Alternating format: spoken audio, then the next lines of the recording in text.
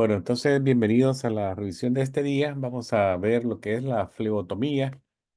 En la semana anterior revisamos el sistema circulatorio, que es parte del sistema que nos interesa para lo que es la flebotomía. Eh,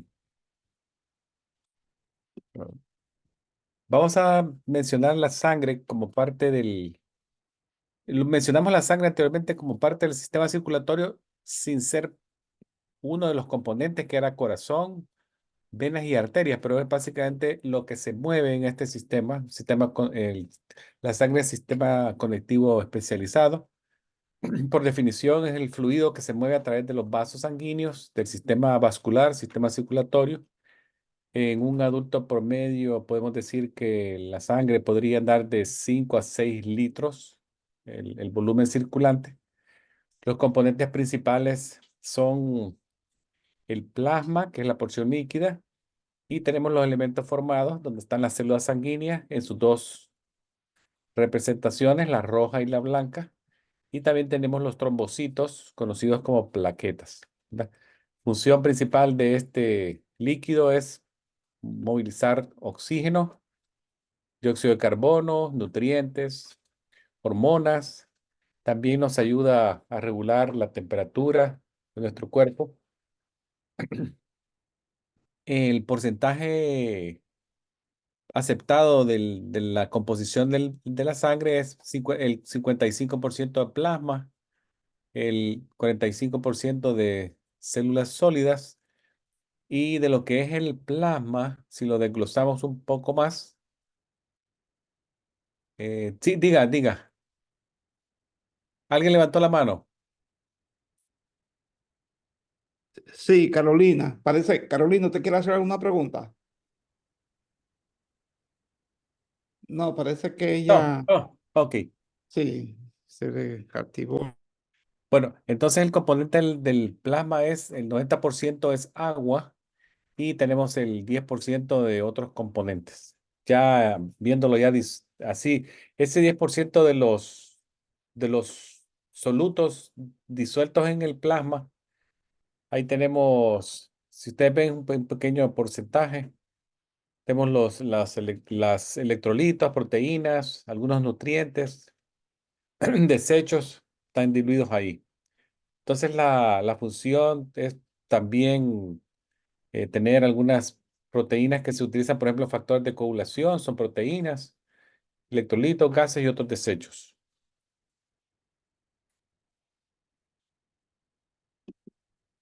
Vamos a ver que el tiempo de vida promedio de lo que es la sangre o de los glóbulos rojos es más, aproximadamente son 4 meses. ¿Verdad? Estamos hablando de un promedio de 120 días, excepto que hubiese un daño a la célula roja, es sacado antes de circulación.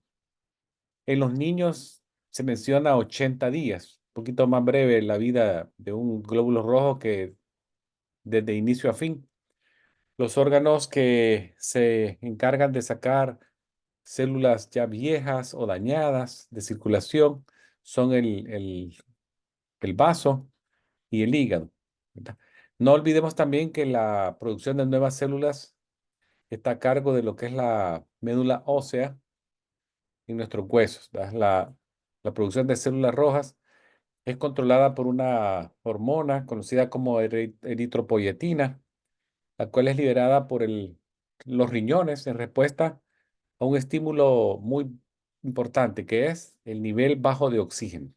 Si hay un nivel bajo de oxígeno por cualquier circunstancia, la eritropoyetina se secreta en mayor cantidad y la producción de glóbulos rojos se aumenta, ¿verdad? El otro concepto que es importante mencionarlo es la hematopoiesis.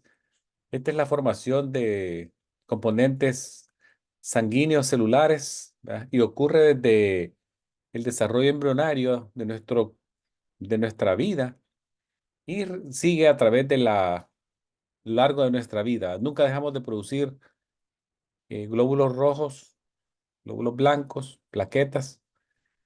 Lo que sí puede haber un poquito es descenso en el porcentaje de producción. Ahora vamos a ver la diferencia a lo que es la célula, perdón, la diferencia entre sangre completa, suero y plasma. Entonces, por ejemplo, el suero y el plasma, los dos vienen de la porción líquida de la sangre que permanece después que las células se les retiran. Pero hasta ahí termina la similitud de ambas, ¿verdad? Porque el plasma es la porción líquida de la sangre que contiene proteínas, nutrientes, gases, electrolitos y productos de desecho, pero es aquella que vamos a verla, a encontrarla, cuando la coagulación la hemos prevenido añadiendo un aditivo al tubo. Entonces, se previene la formación de un coágulo, entonces obtenemos plasma, pero no llega así nomás el plasma. Tenemos que ponerlo en una centrífuga para que separemos los sólidos de la parte líquida que ahora es plasma. Ahora, el suero es la porción líquida también de la sangre que permanece, pero en este caso no pusimos ningún tipo de reactivo y la sangre se coaguló, formó un coágulo, pero también necesitamos separarla por fuerzas extremas y la única manera es a través de una centrífuga. ¿Va? Una vez obtenemos la separación de esa porción líquida de la sólida de un trombo que se ha formado, un coágulo, entonces obtenemos el suero. Muchos laboratorios utilizan para sus pruebas eh, muestras de suero para el análisis. Ahora, lo que es la sangre completa, esta es la sangre que es sacada directamente del cuerpo de una persona con todos sus componentes intactos. No, no se separa, no se retira nada.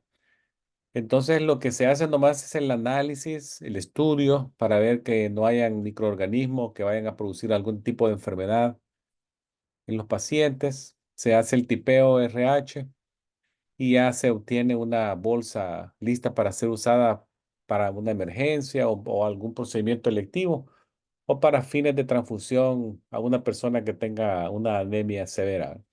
Recordemos también que las bolsas vienen debidamente identificadas con el tipeo ABO, el RH, si es positivo o negativo, y también tiene una fecha de caducidad.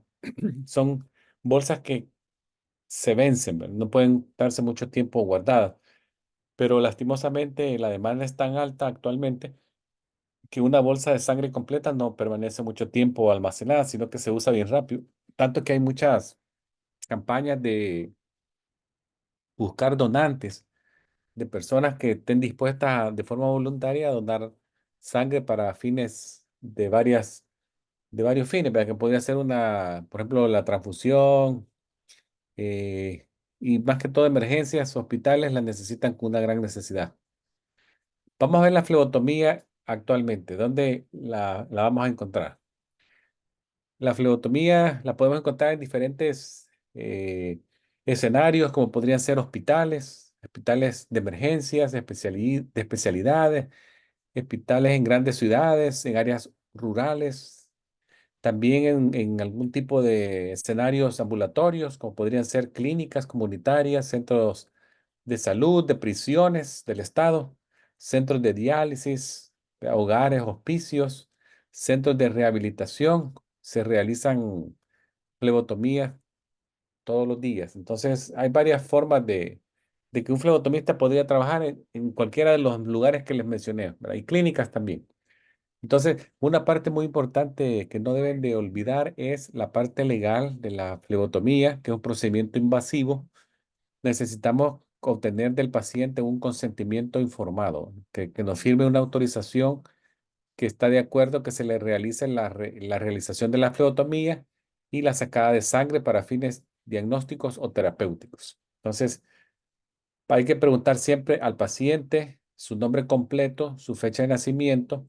Es la forma más común que sabemos para validar la identidad de un paciente. Y eso es un mandato de la Comisión Conjunta de Salud de los Estados Unidos. El flebotomista debe de saber pues que el procedimiento invasivo requiere un consentimiento informado del paciente. Entonces no olvidemos que vamos a hacer la verificación de la identidad antes de poner manos sobre alguien y también vamos a verificar nuevamente después la identidad del paciente para el momento ya de colocarle la etiqueta con el nombre a la sangre que sacamos de alguien, ¿verdad? Para no caer en confusión. Entonces, de esa manera, tenemos un proceso de dos pasos, antes y después, que nos protege a nosotros como proveedores o a nuestra unidad de trabajo y al paciente también, que sabemos que es su sangre la que estamos sacando, ¿verdad? Y vamos a mandar a análisis. También no olvidemos que los pacientes pueden decir que no, negarse.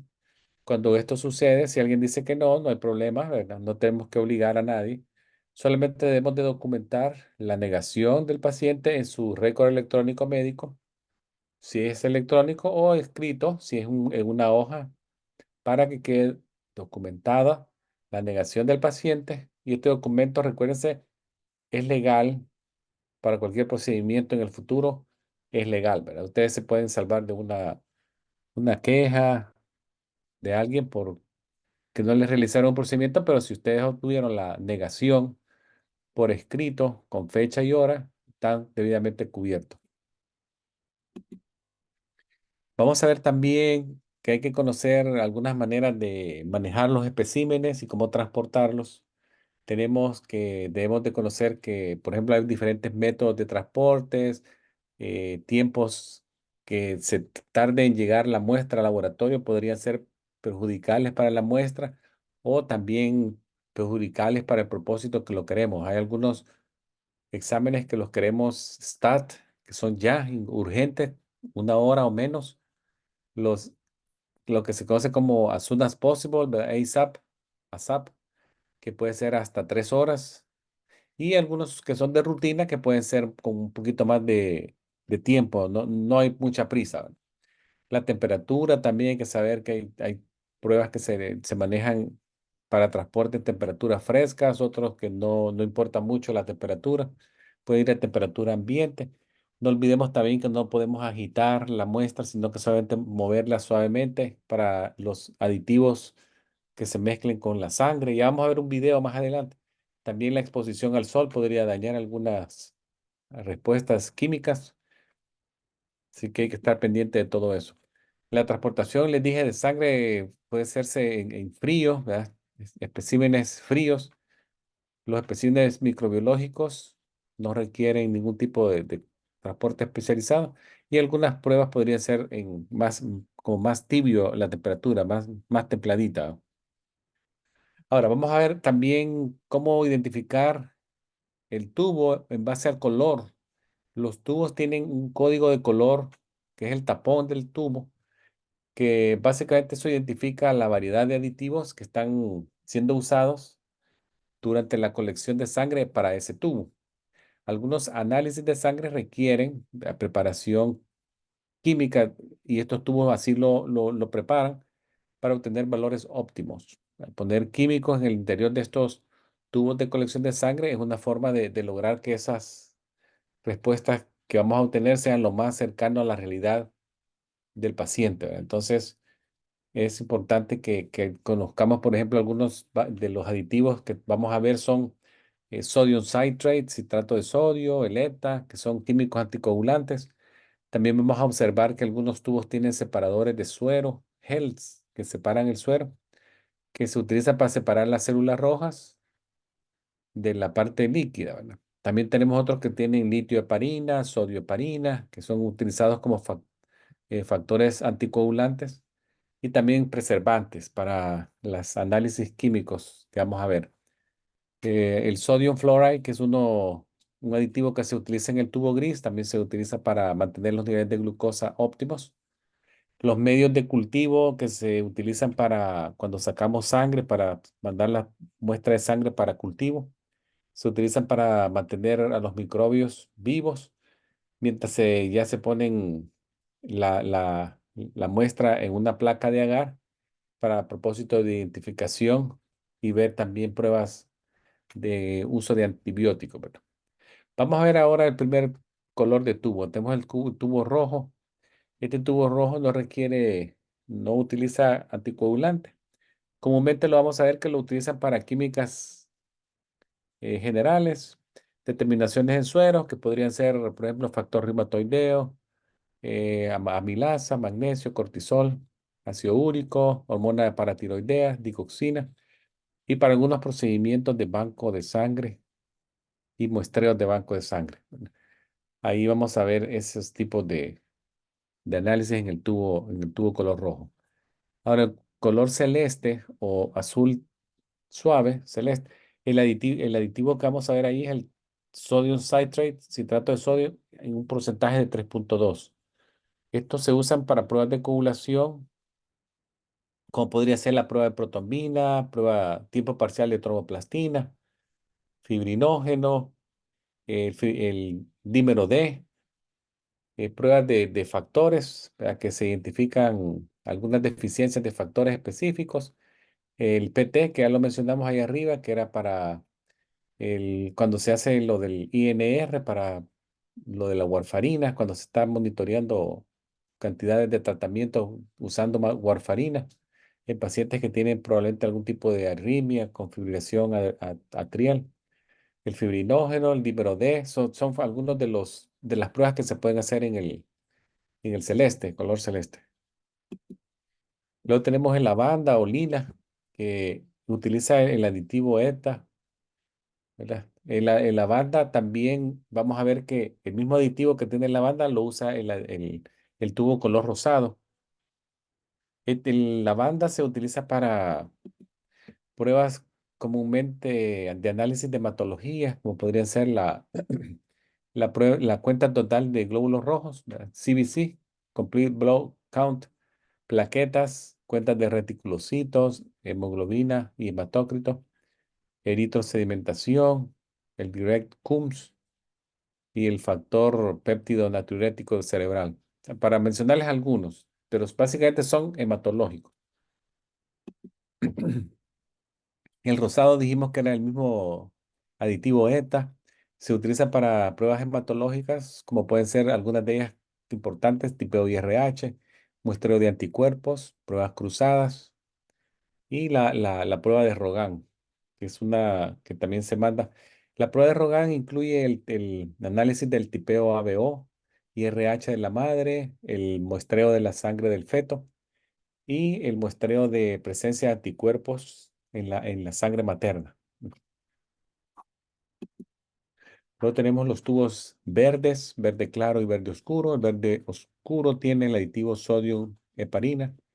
Este se usa comúnmente para análisis de química de rutina que utiliza plasma o sangre completa y es STAT, ¿verdad? Urgente. Asimismo tenemos el verde suave, verde claro, que utiliza el heparina litio. También se utiliza para muchas pruebas de química generales que requieren también plasma o sangre completa. Y ahí les dejo alguna lista para que la vean. Tenemos amonio, los paneles lípidos, paneles hepáticos, marcadores cardíacos, como puede ser la troponina, CK, CKMB, para mencionarles algunos. Y tenemos el tubo gris, que este es el que tiene dos aditivos. El sodium fluoride, que es uno que se utiliza para mantener la glucosa preservada en la muestra, y el potasio oxalato, que es un anticoagulante. Se utiliza para pruebas de glucosa en ayunas, glucosa al azar, prueba de tolerancia a la glucosa y medición de ácido láctico. Luego tenemos otro que se conoce como camuflajeado. Es básicamente el color rojo gris, que es el que vamos a ver que lo utilizan para algunas pruebas de química y pruebas inmunológicas, ¿verdad? Y para obtención también de análisis que se hacen paneles o perfiles, metabólico básico y el metabólico completo. Este tiene separador de suero, es esta gel que se ve a la base aquí del tubo. Es una gel que se utiliza para separar la parte eh, entera, las células enteras y las partes líquidas. Ahí les muestro algunos paneles que se utilizan para el análisis diarios que se dejan a los pacientes como perfiles o paneles. Tenemos el panel metabólico completo. Vamos a ver que hay pruebas hepáticas, pruebas renales, electrolitos. Y luego tenemos el perfil electrolítico, perfil hepático, el perfil lipídico, el perfil tiroideo o panel tiroideo. Todos estos paneles se utilizan como para una investigación de un sistema o condición específica, ¿verdad? De interés para el médico.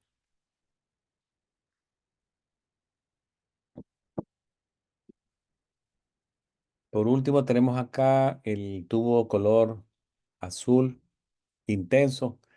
También tiene el aditivo ETA y se utiliza para el análisis de elementos trazas, también para el monitoreo de drogas terapéuticas y alguna toxicología, como podría ser el análisis de algunas drogas recreativas, como podrían ser cannabis, cocaína, heroína, alcohol, que se utilizan estos tipos de tubos.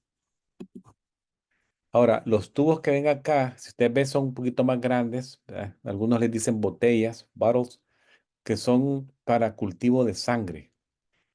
Tienen un medio de alimentación para el microorganismo, un medio de preservación de bacterias o virus, y se vienen en dos presentaciones, aeróbicos y anaeróbicos. Y aquí tenemos también eh, lo que son las pruebas pediátricas. Ahí vemos los tubos, el anaranjado que está a mano izquierda, el color verde que es el aeróbico al medio y al lado derecho tenemos el pediátrico. Todos tienen un límite de sacar de sangre. Por ejemplo, en el adulto no puede sacarse más de 8 a 10 ml por botella. En el niño no debe sacarse más de 4 ml por botella. Esto requiere un procedimiento un poquito más con asepsia y ya vienen los kits preparados para la colección de sangre, de cultivos de sangre. O sea, ya un poquito más aséptico el procedimiento, ya requiere tener guantes estériles y la preparación del área tiene que ser más cuidadosa. En algunos casos, un protocolo muy usado en Estados Unidos es que incluye utilizar sangre completa, ¿verdad? Estos utilizan sangre completa y toman 3 sets. El primer set podría ser al minuto cero, el set 2 sería a los 30 minutos y el set 3 sería a los 90 minutos, hora y media. Y de distintas zonas de captación de la sangre, ¿verdad? Podría ser que se tome la primera en la fosa anticubital izquierda, la de los 30 minutos en la fosa anticubital derecha, y luego regresamos a la izquierda y es ir alternando zonas de tomas de las muestras. Ahora vamos a ver el orden de, de sacada de los tubos en base al análisis de los exámenes. El orden correcto de sacada de sangre evita contaminación cruzada de los aditivos entre los tubos de sangre que se están usando. Por ejemplo, si se va a dejar el cultivo de sangre, este tiene que ser el primero, el número 1. Si no fuera cultivo de sangre ordenado, entonces tomamos como el celeste, el número 1. El celeste es el que tiene el tubo sodium citrate. Luego vienen los tubos de suero que incluyen aquellos con activador de coágulo y el uso de gel, que están los rojos, ¿verdad? Rojos camuflajeados. Luego tenemos los tubos verdes, que tenemos los que utilizan heparina con o sin gel.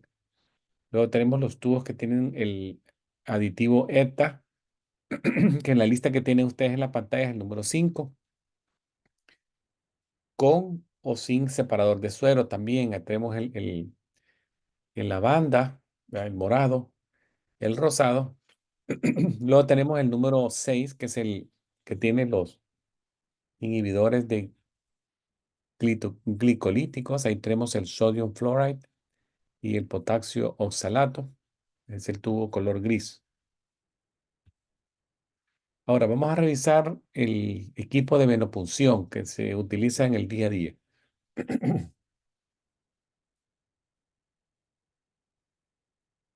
Tenemos, ahí se los puse yo, esto es una lista bastante genérica, sencilla. Por ejemplo, tenemos los tubos evacuadores, ¿verdad? Que son los que vienen con tapones de colores. Estos tubos tienen en la parte superior, el tapón, y ahí tienen como una goma que es la que va a ser pinchada la aguja del tubo sostenedor, lo pincha, tiene dos extremos esa aguja, la que penetra en el tubo colector y la otra es la que penetra en la piel del paciente, ¿verdad? Eh, tenemos también los tubos colectores que vienen en diversidad de colores, como ya los vimos, y cada color está asociado a un aditivo. Tenemos el equipo de protección personal que pues, podrían ser gabachas, color blanca, mascarillas. Luego tenemos los torniquetes, que son aquellas ligas plásticas que vamos a utilizar para la sacada de sangre, ¿verdad? El torniquete es un instrumento que se está utilizando mucho y es básicamente, las medidas podrían ser estándares, podría ir desde medio a una pulgada de ancho y una longitud más o menos de 15 pulgadas de largo, ¿verdad? No olvidemos también que estos se tienen que utilizar uno por paciente, ¿verdad? Uno por paciente. No podemos utilizar el mismo torniquete con varios pacientes. Los tubos Vacutainer, que son los más utilizados en los Estados Unidos, son los que dijimos que tienen códigos de colores y eso nos identifica la presencia del aditivo en su interior y también nos indica en qué situaciones los vamos a utilizar. Que ya dijimos, ¿verdad? Si necesitamos hematológicas, coagulaciones, todo eso. Las agujas, la más estándar que se utiliza para para la flebotomía es la número 21, pero vienen en diferentes tamaños. Tenemos 22, 24, 25, que son finas. ¿Verdad? Que, por ejemplo, la aguja que se utiliza en la mariposa, en la butterfly, es entre 25 a 28. O sea, son agujas bastante finas. Luego tenemos los guantes que tienen que ser guantes limpios, no necesariamente estériles. Si es para el cultivo, sangre para cultivo, si es un estéril, ¿verdad? Luego tenemos curitas, gasas 2x2. Si ustedes ven ahí en esas imágenes, van a ver que, por ejemplo, el número uno es el tape. El número dos tenemos los tubos vacutainers. El número tres tenemos la agujita de dos lados. El número 5 es el mariposa. El 7 es el torniquete. Las 8 son las limpiadores de alcohol. Las 9 son las gasas 2x2.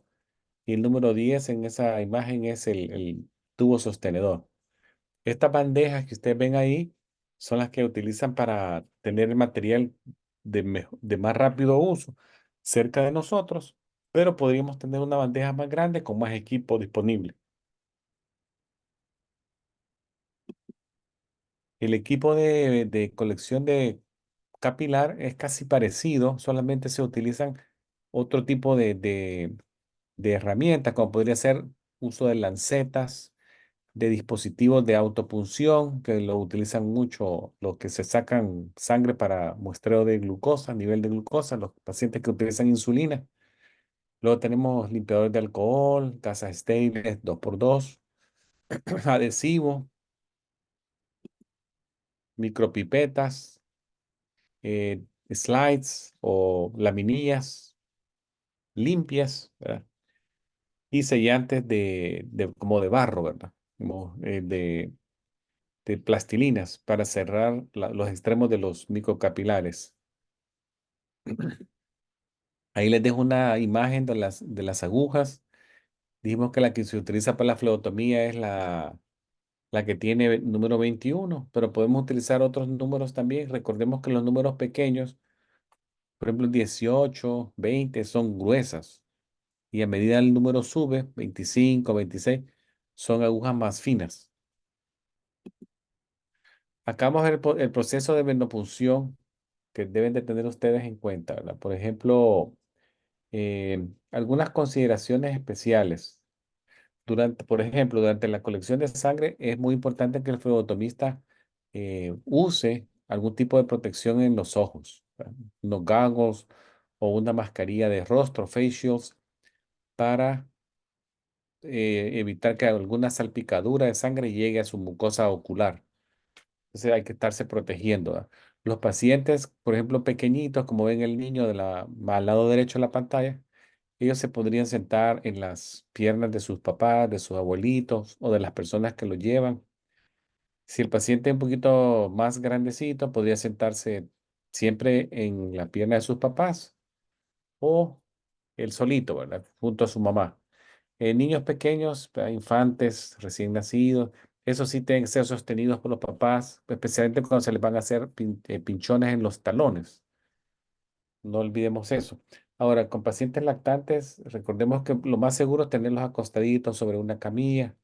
La preparación de pacientes pequeños es bien importante, requiere un poquito más físico. ¿Verdad? Lo que tenemos que hacer es hablarle, tratarlo de que si llora, consolarlo, ¿verdad? Durante el procedimiento, inmovilizarle al paciente sus manos con algún tipo de dispositivo, ¿verdad? Especialmente para que el sitio de punción sea bastante segura la punción, ¿verdad? La precisión de la técnica es bien importante en estos niños. Pacientes ya escolares y adolescentes, ya se le puede uno explicar de forma sencilla en qué consiste lo que se le va a realizar y qué parte del cuerpo va a estar involucrada para la pinchón, ¿verdad? Para que ellos sepan. Ellos pueden estar acostados o sentados según sea la necesidad y podemos sujetarle de manera suave su brazo, ¿verdad? En donde se le va a realizar la punción.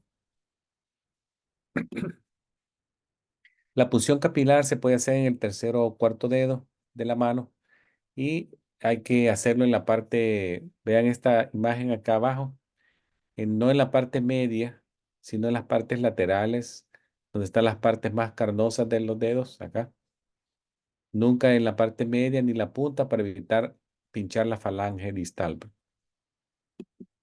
En la parte del talón de los niños siempre lo hacemos también en las partes laterales de la región del talón, en la parte ya sea medial o lateral del talón, siempre evitando la parte media donde tenemos el calcáneo, ¿verdad? Para evitar también pinchar el calcáneo.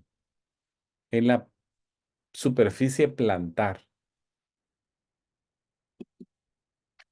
Algunos transportes de especímenes van a requerir que se preparen para protegerlos de la disposición de ser expuestos a una forma de luz, ¿verdad? Para eso algunos especímenes se tienen que colocar adentro de un transporte color ámbar, como los que ven acá en la parte derecha superior.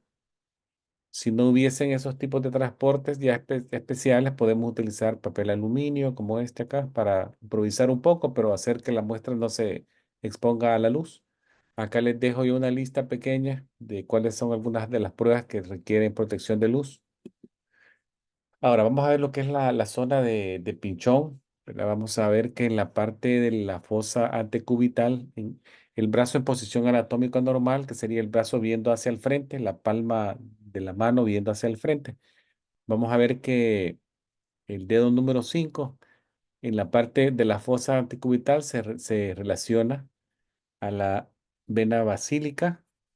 El dedo número 1 se relaciona en la parte superior, en la fosa antecubital, con la vena cefálica. Entonces tenemos una basílica por acá, la cefálica por acá, y como que fuese una que va de lado a lado, acá, es la media cubital, que es la que queremos, esa es la que vamos a querer pinchar, ¿verdad?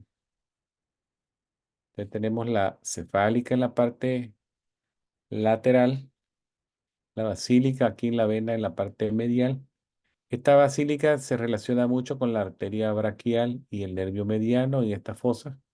Por eso tratamos de evitar pincharla. Y la mediana cubital, que es la que está en la zona intermedia entre las dos, cefálica y basílica.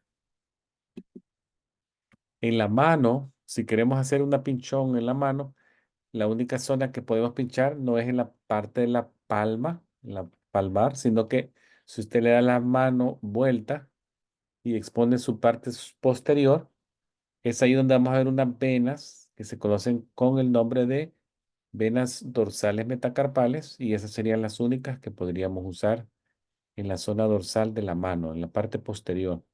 No podemos utilizar las venas de los dedos, aunque se vean bien, algunas se ven bien y podríamos estar tentados a canalizarlas, pero no, ¿verdad? No se puede.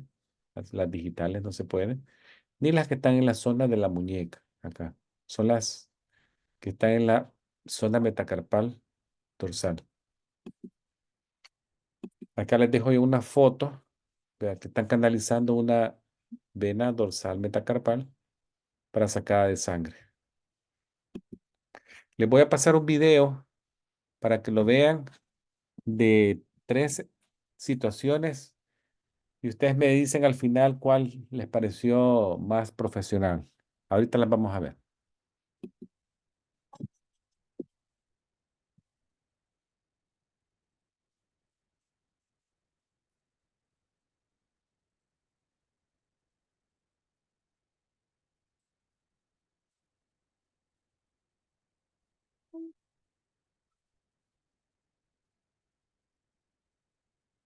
Good morning, I'm Kristen. I'm here to draw your blood today.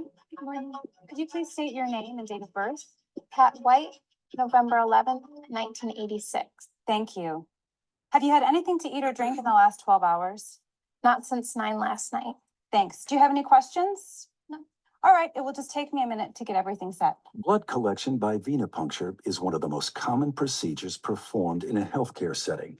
Common, but also complex, requiring knowledge and skill to assure the accuracy and integrity of the samples drawn and to eliminate risk to both patient and healthcare workers. The first step is to accurately ID the patient using at least 2 forms of identification. Does the name and date of birth on the requisition form match what the patient is telling you? Does it match what is on the patient ID wristband? Has the patient followed special orders, such as fasting prior to blood draw? Address the inconsistency first with a requesting physician or healthcare worker on duty. But if the given information does agree, it's time to prepare yourself and the patient for a successful blood draw using proper standard precautions. The phlebotomist washes and then dons a clean pair of gloves before proceeding. Make sure alcohol prep pads, gauze, tape, the correct gauge needles, and required evacuated collection tubes are within easy reach for you, but out of the reach of the patient. Then speak reassuringly to the patient as you position him for the draw. I'm all set here. If you'd please straighten your arm. It'll just take a moment while I apply the tourniquet. Applying a tourniquet slows the flow of blood in the veins and increases venous filling, thus making the veins more prominent, easier to locate, and easier to enter. However, leaving the tourniquet on for longer than 1 minute may affect laboratory test results and should therefore be removed and reapplied if the procedure will take longer than 1 minute. Use your fingertip to palpate the antecubital fossa to locate the median cubital vein. Palpation helps determine the direction of blood flow in the vein, to gauge the vein size and depth, and to estimate its tendency to roll. It also helps differentiate veins from arteries. Unlike veins, arteries have thicker feeling walls and are more elastic to the touch. Use an alcohol prep pad to cleanse the skin around the site. In a fluid, circular motion, swab from the center to the periphery of the site, being careful not to drag the pad back across the cleansed field. Let the area air dry. This prevents contamination of either the patient or the specimen. Grasp the patient's arm firmly with your hand, placing your thumb approximately 2 inches below the intended puncture site. With your thumb, pull the skin taut over the vein to help anchor it in place. Then let the patient know you're ready to make the puncture so the patient won't startle and jump. You'll feel a slight pinch. Position the needle bevel side up and line it up with a vein. Position the needle so that it forms a 30-degree angle with the surface of the arm. With a single, short but firm motion, swiftly insert the needle through the skin and into the vein. Push the evacuated tube onto the needle when the needle enters the vein. As the vein aligns with the needle, blood will begin to move out of the vein up into the needle. Maintain a constant, slight forward pressure on the end of the tube. The evacuated tubes are color-coded based on their additives. Know the types of additives and which color tubes are to be drawn based on requisition. As soon as blood begins to flow into the collection tube, instruct the patient to open his hand and remove the tourniquet from his arm. Removing the tourniquet allows the blood to return to its normal rate of flow through the vein and helps reduce bleeding at the puncture site. A gentle mixing by inversion at least 8 times is required to ensure that any additives in the tube are incorporated into the blood sample. We're almost finished here. Are you doing okay? Fine. Engage the safety device on the needle and use the Sharps device for proper disposal. Applying pressure at the needle entry site immediately after removing the needle will prevent a hematoma from forming and allow hemostasis to seal the wound. Please keep pressure on the gauze pad for several minutes to ensure that the blood flow stops. In this illustration, you can see formation of the platelet plug and the fibrin clot. Applying pressure at the needle entry site immediately after removing the needle will prevent a hematoma from forming and allow hemostasis to seal the wound. In this illustration, you can see formation of the platelet plug and fibrin clot. Apply the ID label on the filled evacuation tube and store it for transport to the lab. The label must include at least the patient's ID number, full name, date of birth, and today's date. Using standard precautions, dispose of needles in a Sharps container. Dispense of all other used non-sharp materials, including used gloves and gauze pads, in an approved trash receptacle. And disinfect all contaminated surface areas. You've just completed a successful blood draw, providing a sample that can be processed for analysis. Fortunately, most blood draws are completed in an entirely professional, skilled, and successful manner. Most, but not all. Poor technique, poor judgment, lack of knowledge, loss of concentration, and undue haste all are factors that can negatively impact the integrity of a sample, or worse, that can create undue stress and pain for the patient or cause a patient physical harm. Let's take a look. Failure to align the needle perfectly with the vein and failure to insert the needle at a 30-degree angle can result in the needle missing its mark. Poor technique that will require an unwelcome second needle stick. Inserting the needle at too steep or too shallow an angle and not lining up precisely with the vein are 2 common reasons for missing the vein. To the patient, that usually means only one thing: further anxiety and discomfort. But it can have other consequences as well. Serious complications are most likely to arise when targeting the basilic vein, with its close proximity to nerves, which can be permanently damaged, or the brachial artery, which could be nicked. Even with a proper angle, the appropriate needle size must be used. Ready? You're only going to feel a very small pinch this time. It is acceptable to use a smaller needle called a butterfly. However, it should be noted that butterflies are a larger gauge needle, 23 to 25 gauge, and therefore have a smaller bore size. A large gauge straight needle, 25 gauge in this case, may make piercing the vein more certain, but as you can see, the smaller bore size can cause the red blood cells to lyse. While it appeared to the healthcare professional that this blood draw was successful, it's clear once the sample is centrifuged that the choice of needle gauge was a poor one. The selection compromised the integrity of the sample. Aside from these 2 examples of invisible errors, there are many visible signs that a healthcare professional may not be following standard precautions that ensure a quality blood draw as well as a satisfactory customer experience.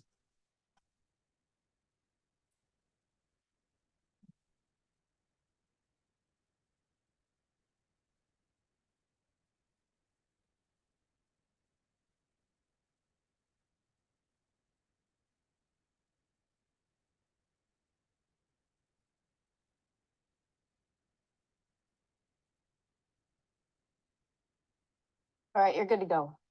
That's it? Yeah, I just need to put some tape on it.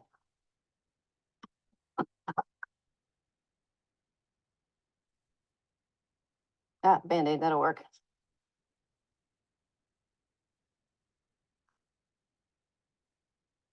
What about this? Oh. You're good to go. Good to go? Not necessarily. Failure to apply pressure on the puncture site immediately following removal of the needle can cause bleeding from the vein into the space around it, forming a hematoma, a collection of blood under the skin surface that will become bruised in appearance and painful to the touch. There are many times, of course, when a single blood draw involves more than the collection of a single sample. You may be required to collect as many as 10 tubes in a single draw, and this requires even greater skill and careful planning to complete successfully. Two keys to a successful multiple tube draw must occur in the planning stage. You need to determine which gauge needle will be appropriate for all tests being requested, and you need to plan the order of the draw to assure the integrity of all samples. But your technique should remain the same. Let's take a few moments to review. Position the needle bevel side up and line it up with a vein. Position the needle to form a 30-degree angle with the surface of the arm. With a single short but firm motion, swiftly insert the needle through the skin and into the vein. Push the evacuated tube onto the needle when the needle enters the vein.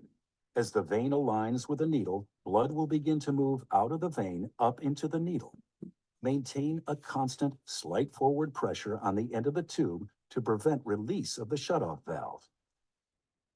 As soon as blood begins to flow into the collection tube, instruct the patient to open his hand and remove the tourniquet from his arm. Removing the tourniquet allows the blood to return to its normal rate of flow through the vein and helps reduce bleeding at the puncture site. When performing a multi-tube draw, it is important to follow the correct hospital-mandated order of draw. Blood cultures are always drawn first. However, in a routine venipuncture, a light blue tube should be drawn first, followed by a red top, gold, green, lavender, and gray. We're almost done here. This is the last tube I need to draw. When will I know the results? I'm kind of anxious about them. Your samples will go over to the lab today and your doctor will notify you after the results are in. You don't see them? No, I don't. The samples that we draw today are tested by laboratory professionals who relay those results directly to the physician. My responsibility is to assure the quality of the samples I draw so that the results your doctor receives are both accurate and meaningful. The level of quality and integrity of the samples the laboratory receives is dependent upon the level of skill, knowledge, and professionalism of the phlebotomist. A big responsibility, but one that can make a real difference in the lives of your patients.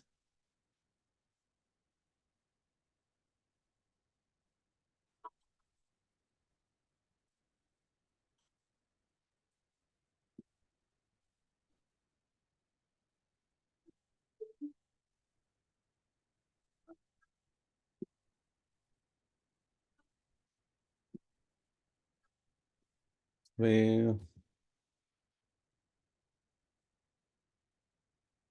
bueno, en el video recién vimos que 3 escenarios nos dejaron una gran enseñanza. El primero fue que se hizo todo bien. La primer flebotomista tomó una prueba y siguió todo el protocolo de preguntar al paciente el nombre completo, fecha de nacimiento, luego preparar el equipo que se va a utilizar, tomó la muestra, luego hizo la segunda revisión, comparar el nombre, ya antes de poner la etiqueta en el tubo. La segunda situación fue una flebotomista que cometió errores de principio a fin, pero ustedes vieron que dejó el torniquete hasta el final del video de ella que le correspondía a ella. Y la tercera situación fue la primer flebotomista, pero ya haciendo una prueba de varios exámenes, ¿verdad? Entonces, espero que en ese video, si ustedes vieron, se practicó la distancia del torniquete. A propósito, el torniquete tiene que estar más o menos a 3, 4 pulgadas en la parte superior, ¿verdad?, del brazo, del sitio de la intención de pinchar. Entonces, y el torniquete, no olviden, no tiene que estar más de 1 minuto después que sea colocado. O sea, menos de 1 minuto es mejor, a 3, 4 pulgadas de distancia el torniquete del sitio del pinchón o el equivalente a 8 a 10 centímetros del sitio de pinchón. Ahora, cuando tengamos que hacer etiquetar la muestra, recuérdense que identificar la muestra con los datos correctos del paciente, la única forma que lo vamos a hacer es que coloquemos la etiqueta al tubo correcto, ¿verdad? Eso es importantísimo. Entonces, muchas de estas etiquetas ya se pueden escanear y se hace un registro electrónico de forma automática cuando se hace el envío al laboratorio. Entonces el laboratorio escanea el registro electrónico para que la atención del paciente sea la mejor, ¿verdad? Ahí se registra la hora, la fecha y los datos generales de él. Muchos registros médicos electrónicos producen ya sus propias etiquetas con la información necesaria. Entonces, básicamente es responsabilidad del asistente médico validar que la información que está del paciente es correcta antes que la etiqueta se ponga sobre el tubo con sangre. Esa es básicamente lo que tenemos que verificar. Se ponen las iniciales de la persona que tomó la muestra, que en este caso en el futuro van a ser ustedes. No hay que colocar las etiquetas sobre los tapones de color. No tienen que ir transversales ni ajados, que doblado el escáner que no se pueda leer en forma transversa, sino que se coloca en forma longitudinal al tubo, a más o menos una distancia de 1 centímetro del tubo, del color, del tapón del color del tubo, ¿verdad? Esa es la indicación. Entonces le digo nuevamente, el torniquete tiene que estar menos de 1 minuto. Caso contrario, podríamos estar formando hematomas o hemoconcentración de la muestra. Posiciones de los pacientes, ya más o menos hablamos de ellos. Cuando se hace una pinchada en los dedos, el brazo tiene que estar apoyado sobre una superficie firme, la mano extendida y con la palma hacia arriba. Los niños pequeños podrían sentarse con las papás en sus piernas. Los niños más pequeños, neonatos o muy tiernos, tienen que estar acostados en una superficie fija y sostenido su zona de talón por el papá, ¿verdad?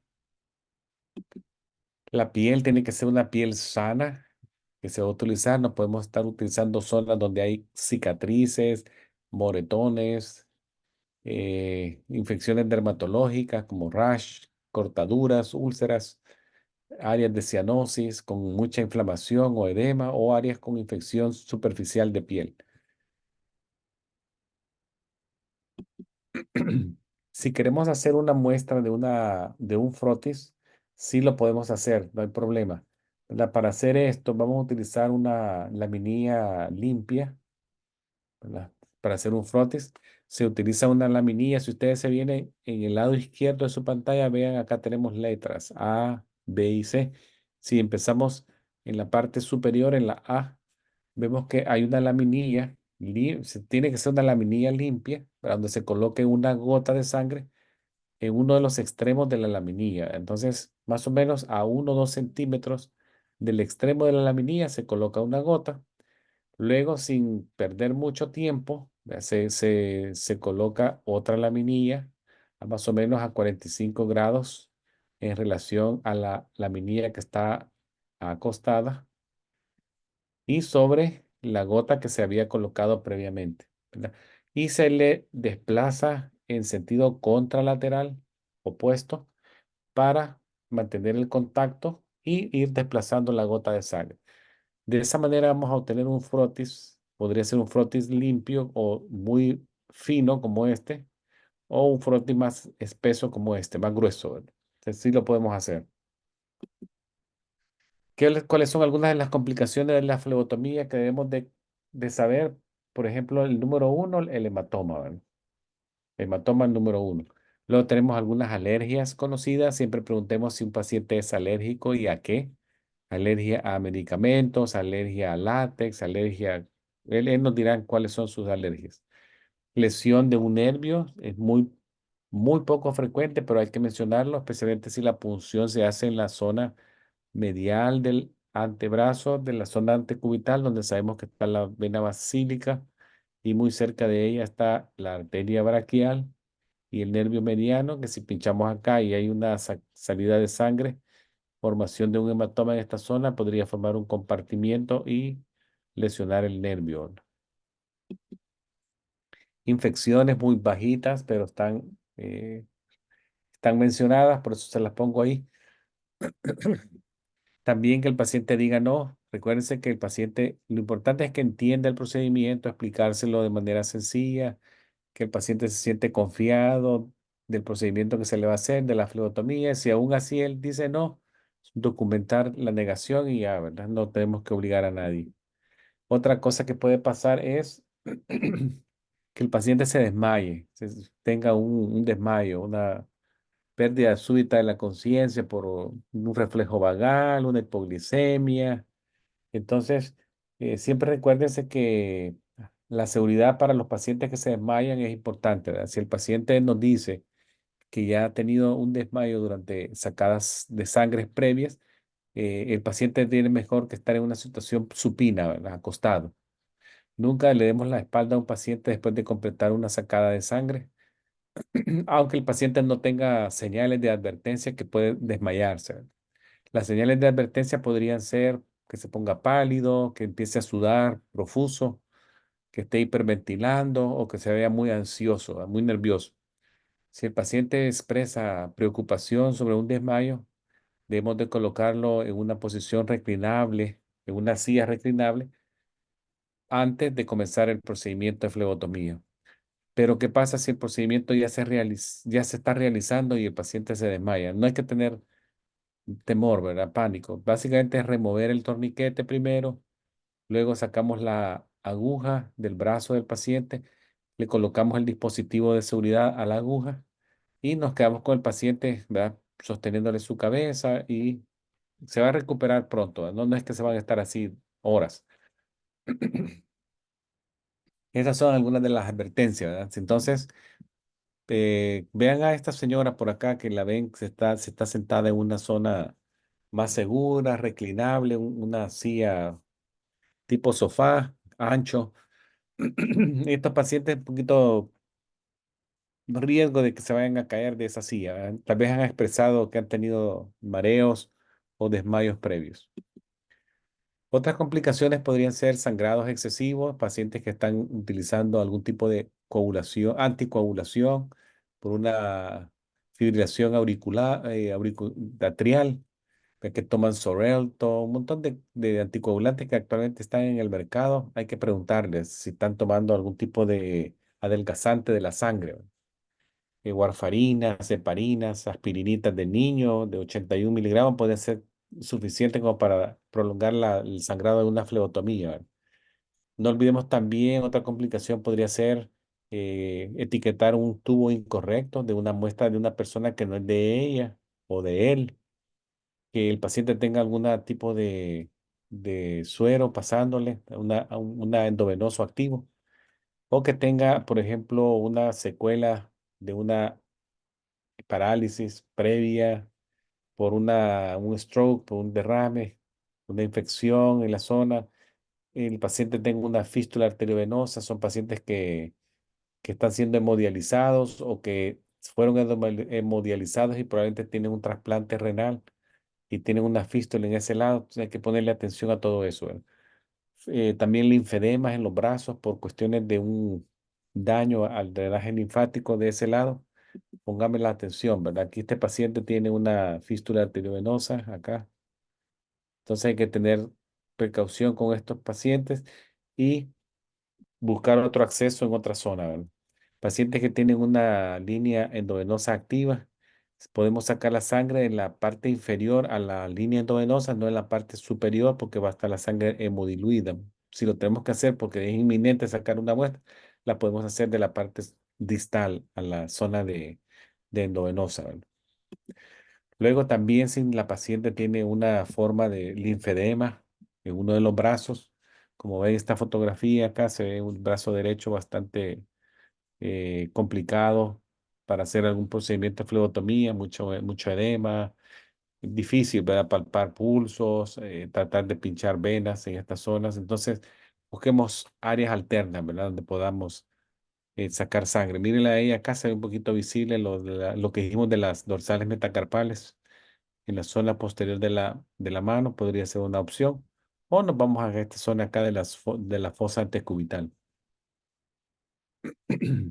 Yo sé que algunos de ustedes probablemente no tienen mucha experiencia en flebotomía, pero como lo dijo el doctor, durante prácticas se puede uno empezar a ver o empezar a tomar ese esfuerzo, ese valor para hacer una flebotomía, ¿verdad? Lo importante es conocer la técnica y eso es lo que estamos revisando ahora, técnica. Bueno, no sé si tienen alguna pregunta de la presentación de este día.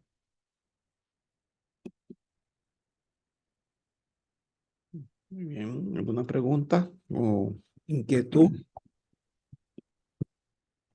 Mm, sí, doctor. Adelante.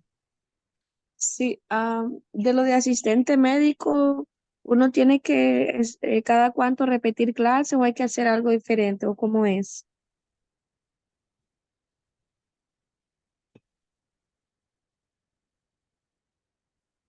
Doctor, profesor, ¿pudo oír la pregunta? ¿Cómo fue?